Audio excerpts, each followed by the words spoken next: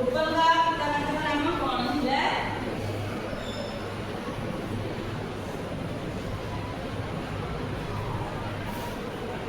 କହିଲେ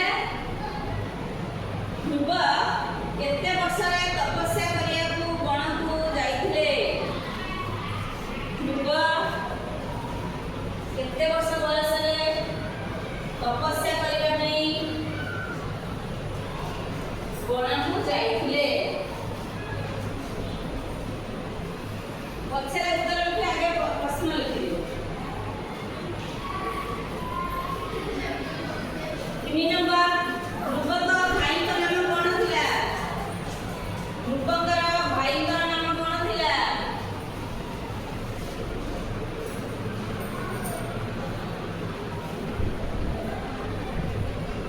ସରିଲା? ଉତ୍ତର ପରେ ଲେଖିବେ।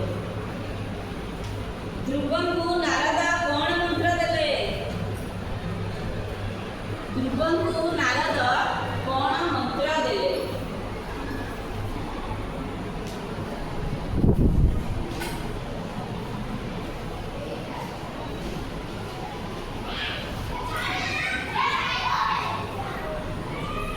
ଧ୍ରୁବଙ୍କୁ ତପସ୍ୟାରେ କିଏ ବାଧା ସୃଷ୍ଟି କରିଥିଲେ? ଧ୍ରୁବଙ୍କୁ ତପସ୍ୟାରେ କିଏ ବାଧା ସୃଷ୍ଟି କରିଥିଲେ?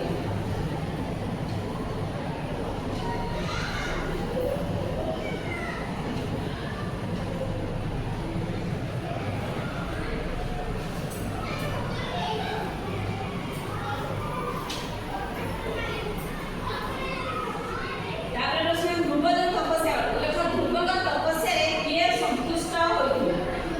ଧ୍ରୁବଙ୍କ ତପସ୍ୟାରେ କିଏ ସନ୍ତୁଷ୍ଟ ହୋଇଥିଲେ?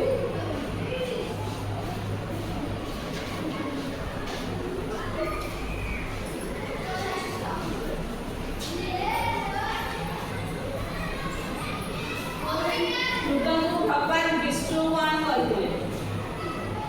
ଧ୍ରୁବଙ୍କୁ ଭଗବାନ ବିଷ୍ଣୁ କ'ଣ କହିଥିଲେ?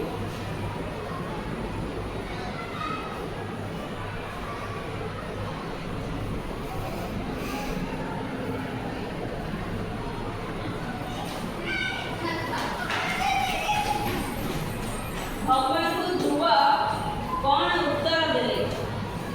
ଭଗବାନଙ୍କୁ ଧ୍ରୁବ କ'ଣ ଉତ୍ତର ଦେଲେ? 7 ନମ୍ବର ଧ୍ରୁବଙ୍କୁ ଭଗବାନ ବିଷ୍ଣୁ କ'ଣ କହିଲେ?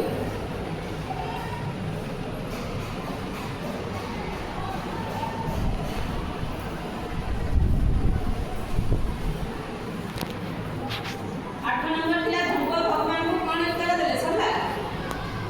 9 ନମ୍ବର ଲେଖା ଧ୍ରୁବଙ୍କ ଚରିତ୍ରରୁ ଆମକୁ କ'ଣ ଶିକ୍ଷା ମିଳିଲା?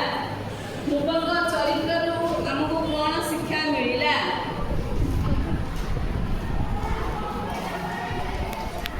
ହାତ ଉଠିଲୁ ଝିଅ ଲେଖୁଛୁ ତ ଠିକରେ? ଧ୍ରୁବଙ୍କ ଚରିତ୍ରରୁ ଆମକୁ କ'ଣ ଶିକ୍ଷା ମିଳିଲା? ଶେଷ ପ୍ରଶ୍ନ 10 ନମ୍ବର ଧ୍ରୁବଙ୍କୁ ଏବେ ବି କେଉଁଠାରେ ଦେଖିବାକୁ ପାଉ? ଧ୍ରୁବଙ୍କୁ ଏବେ ବି କେଉଁଠାରେ ଦେଖିବାକୁ ପାଉ?